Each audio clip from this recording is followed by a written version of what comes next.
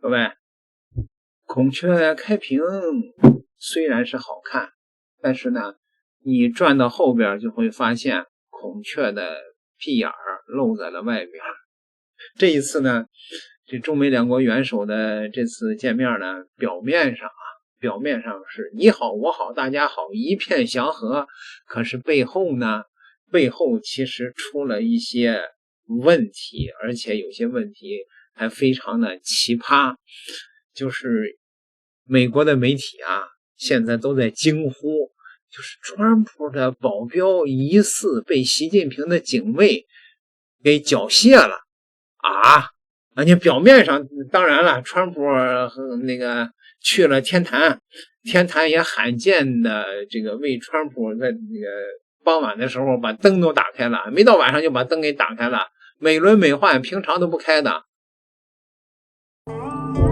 天坛始建于600多年前，这里每一寸石砖都见证历史。圆丘坛，脚下石板以9的倍数向外荡开，9，杨树之情，文化礼仪，沉着自信。圆丘坛没有围墙，四面皆天，无遮无拦，这份从容源自文化。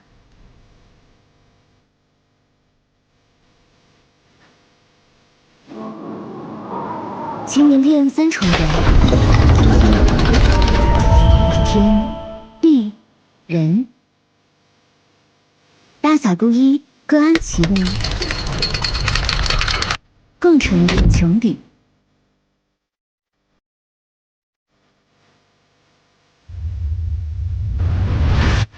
回应地前，相隔3远，轻声细语亦可抵达。距离从来不是障碍，诚意才是戒指。他不言不语，却把最深的智慧写进了每一道弧线。方圆有度，动静有节，这是天坛之美，也是中国人的处世之道。习近平在祈年殿迎接特朗普到访。习近平同特朗普在轩朗开阔的祈年殿广场合影。祈年殿气势恢宏，重颜流光，两国元首涉阶而上，步入祈年殿，共同欣赏榫卯斗拱精准契合、天文历法与殿宇结构完美融合的建筑特点，感受其中和谐万物、顺天应时的理念。习近平指出，2017年我们沿着北京中轴线参观了故宫，今天参观的天坛和故宫同陵，寓意天圆地方，展现出中国人的宇宙观和处世哲学。中国古代执政者在天坛举行祭祀大典，祈求国泰民安、风调雨顺，体现出民为邦本、本固邦宁的中国传统思想。中国共产党传承发展中华文明的民本思想，始终坚持全心全意为人民服务的根本宗旨，得到人民的坚定支持和衷心拥护。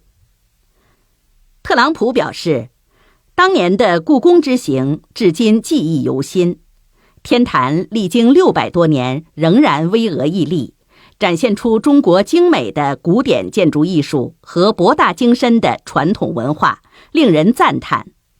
美中两国都是伟大的国家，两国人民都是伟大的人民，富有智慧。两国应该深化相互理解，增进人民友好。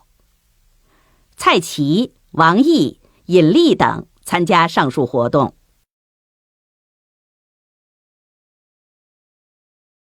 这个背后啊，是一些你在镜头前面看不到的东西。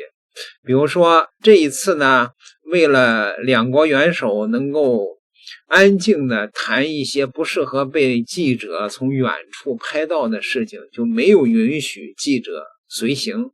这些记者呢，被请到了一个屋子里边。What are we waiting on, 他 guys? 们啥都可以走，我就问他们。帅姐，他们啥时候？总统走了，他们可以走。帅姐， We are not separate. We are 你就跟他说， together. 我们主席走了，他们可以走。 What? Sorry. Do you understand that we are in the motorcade with the president? Shoemaker to Tiso, we are We still didn't not do that. in this hall. Okay, but this is So that the, No. the main No. concern You now guys- is that the security of our side do not allow you, sir, leave Okay, this. they are literally waiting on We gotta go, guys. Okay, no, we gotta go. We gotta go. Go. We gotta go. We gotta move. We gotta go. Let's go. We're going. Look at this. That is our head of security. guys. Let's go. He's right. We have to go. We gotta go. Go. We have to go. We are going. Unbelievably. U.S. press, we are going. Go, We are guys, going. go. We are going. Everybody go. Rachel, make sure you're in this. Go. Be gentle, but we are going. Don't run over anybody. Do not do what they did to us. Which way?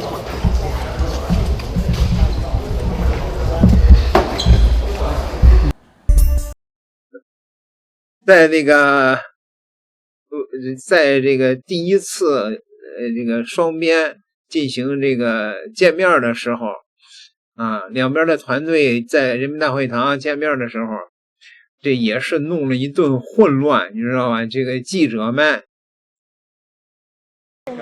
White House only. White House only. White House only. Sir, White House only.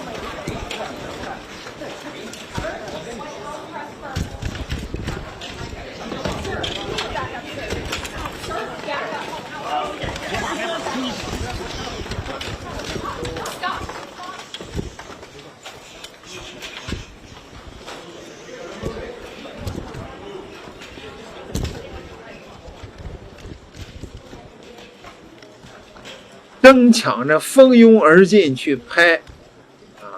我们白宫的记者，白宫的记者，你白宫的记者，你跑到中国那儿，人谁还让你啊？呀，这些美国的这些记者们跑到北京，他们拍的角度都比较刁钻。 First, on the move here in Beijing. One thing you notice about Beijing are all the motorbikes and scooters and mopeds. There's just tons of them. In fact, more than 70 million are sold in China every year. It's a multi-billion-dollar business. In Beijing alone, 12 million people have one of these things. That means 1 out of every 2 residents has a motorbike. You have to wear a helmet. If you don't, you get 1 warning. All the cameras can see you. Second one's a penalty. It's a big deal, and depending on the intersection, it can get a little hairy. Special report continues after this. Table tennis, or ping pong, is a way of life here in Beijing. We're in Chaoyang Park, just inside the city. It's like their Central Park, and these ping pong tables are everywhere. It is a national pastime. In fact, this marks the 55th year, the anniversary of ping pong diplomacy, the historic icebreaker that proved a small ball could really indeed move the world. It all began with a chance encounter in 1971 when American player Glenn Cowan accidentally boarded the Chinese team bus in Japan, leading to this surprise gift from a Chinese champion, Zhuang Zidong, and an invitation to Beijing. Today, table tennis or ping pong is China's uncontested national sport. Since the 1950s, they have dominated the global stage, producing nearly every top-ranked player and sweeping Olympic gold medals. Diplomacy in action. Special report will continue after this. Come on!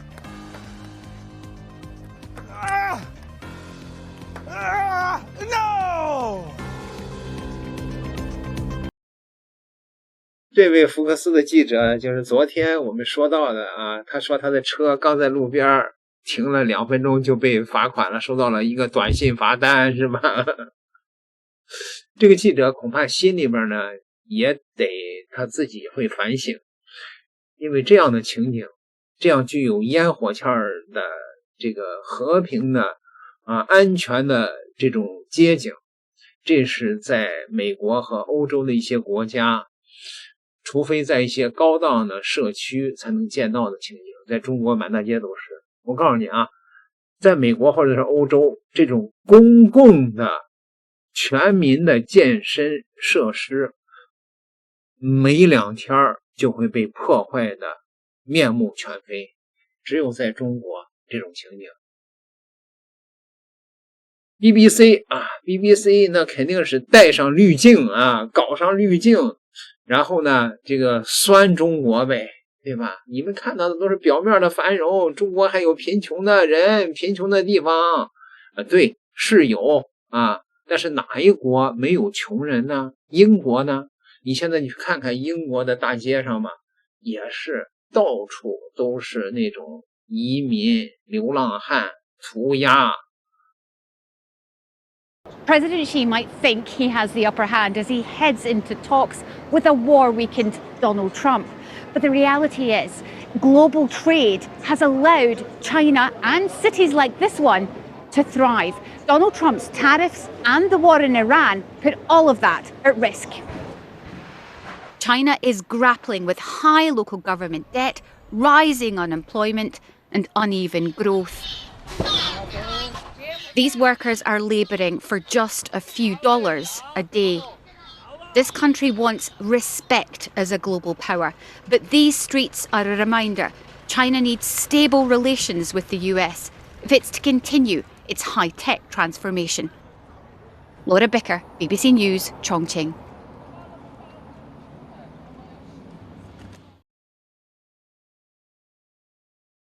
BBC 一如既往的就是算这个美元的汇率，可是呢它不算这个物价的差距啊。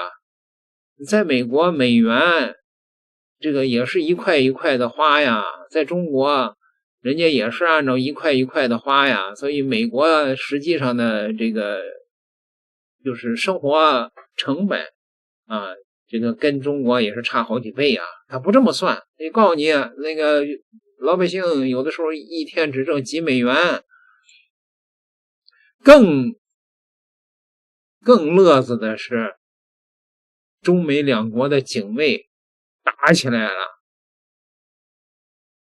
Been some heated and physical clashes between the Secret Service and the Chinese police on basically at the back doors of these events, including one very physical standoff where a Secret Service officer was being prevented from taking his weapon in as part of the protective detail. But things have all been ironed out, and as far as we know, the schedule has not been changed because of that. Martha. Yeah, well, it's a tense meeting. I think that is that's pretty clear. Peter, thank you very much.